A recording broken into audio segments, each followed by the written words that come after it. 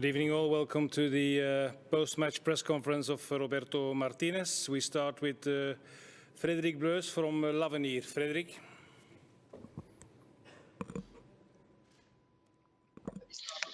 Hello, coach. Hi, Frederik. What's your feeling after this defeat? And in the beginning of the game, we saw that the players speak a lot with you about the organization of the team. What was it? Well, the feelings are what you can imagine, really sadness and disappointment, because I don't think these players deserve to be out of this tournament. They've done an incredible job to be prepared, to be ready, to go step by step every day from the beginning of the tournament. And unfortunately, today we faced a very good side. I thought it was two very good teams in this knockout phase, and unfortunately, the margins didn't go in our favor. First half, Italy adapted better to the game, I felt, but we never lost our thread. We created enough opportunities on the counter-attack, but not in our normal play. But I thought we had a real focus in the second half and a real intention, and we created the chances to get that second goal that probably it would have given us a good momentum. But I've got no one single bit of disappointment for the lack of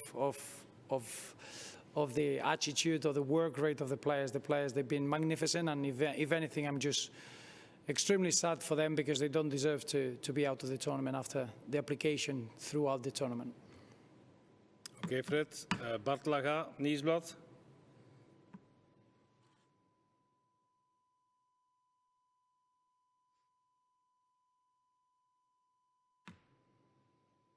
Bart Laga.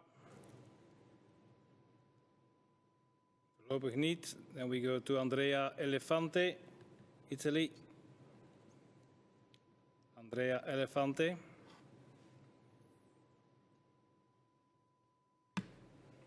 Streaming is disconnected.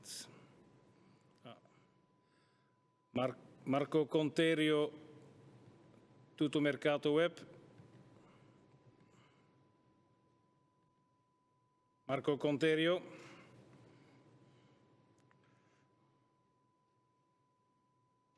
Here I am.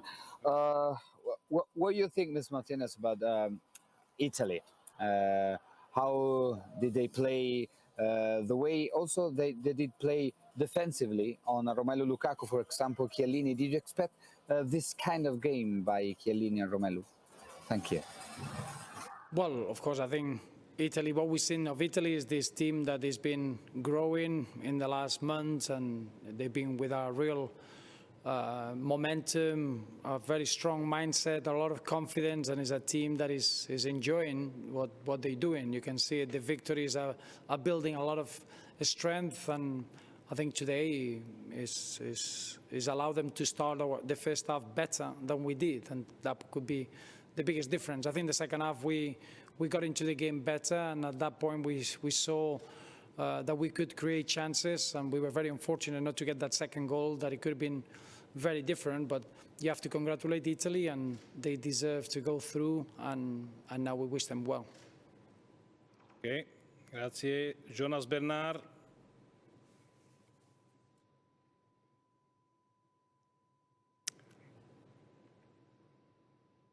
Good evening, Coach. Hi, Jonas. When did you decide to put Jeremy Doku on the field, and what did you think about his game? Thank you. Well, I think Jeremy has been growing in the camp, and probably the last 3 days, I would say that he showed that he was ready. As you saw today, I think he looked a player with an incredible energy and the quality on the 1v1 situation. In match 5, in a tournament of this demands, I think it was clear that he could have that energy that we could use really well. And I saw him really focused. He took very little to get into the pace of the game, and he never looked a young player in that game. I don't think the occasion got to him at all. Only players with exceptional quality can do what he's done, but we were totally convinced that he could do that. He won a good penalty, he was always a real threat, and he showed a real maturity to be able to be himself throughout the 90 minutes. Oké, merci. Bart Laga, nieuwe poging. Bart Laga, Nieuwsblad. Hi, Roberto, I give it a try. Bart. Could you tell us what it was the factor on this tournament of having the injuries with Eden Hazard and Kevin De Bruyne? How big of a factor was it in your opinion?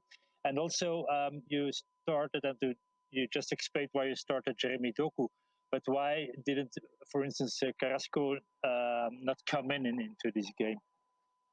No, I think obviously the situation with Axel and Kevin and Eden going to the tournament, I think we managed it very, very well, and you could see the attitude of the players. They started to grow into the tournament, and they've been a real bonus. They really help us from the moment that they could be on the pitch. Obviously, injuries happen, and it's unfortunate that Eden couldn't be on the pitch with us, but it was exemplary to see Kevin De Bruyne getting through whatever he would to get 90 minutes with his national team and showing that he was ready to help the group.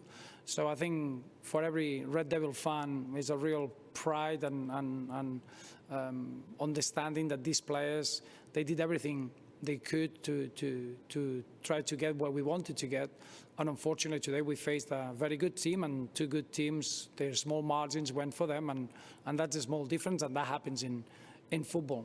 In terms of Yannick Carrasco, we all know he's got a real role in this group. Today, the actions of 1v1 and trying to stretch the team, it was for Jeremy Doku, and it would have been Yannick was the option to come on for Jeremy if he wasn't finishing the 90 minutes. It was the same role to try to use in that setup, and we had other players doing other roles in the attacking patterns, and that's why Dries Mertens came in. It was more a case of profiles in what was needed in the game. Oké, thanks Bart. Frederik Bleus nog. Fred?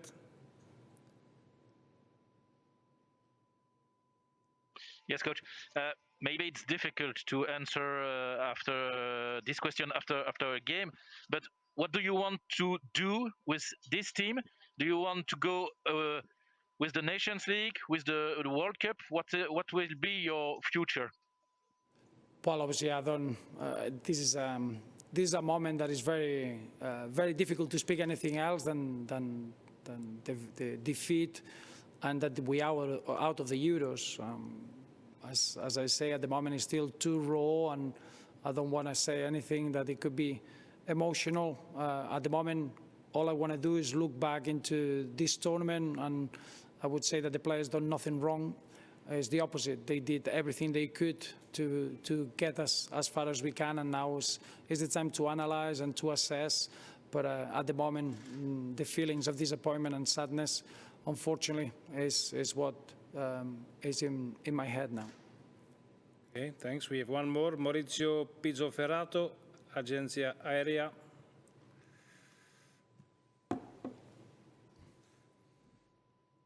Ecco, mi sentite? Sì. Yes.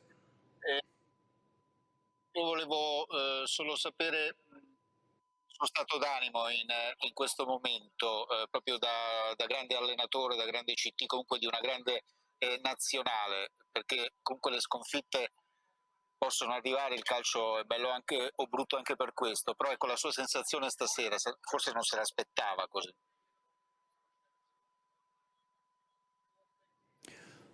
Well, I think is the feeling that you get in football, that it can be cruel at times, but we all know that only one team can win it.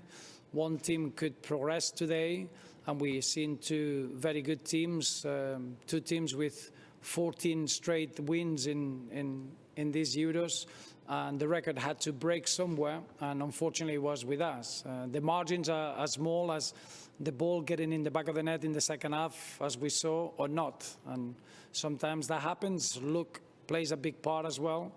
And unfortunately, we were in the wrong side. And you have to congratulate Italy. They did everything they could to try to win the game. And we wish them well. But for us, it's the real feeling of sadness. But we gave everything that we could. I couldn't be prouder of my players and the staff. Everything in this tournament has been fantastic, and the application and dedication of everyone has been of the highest level. So from here, we need to just share those sad feelings and try to move on, growing from this experience.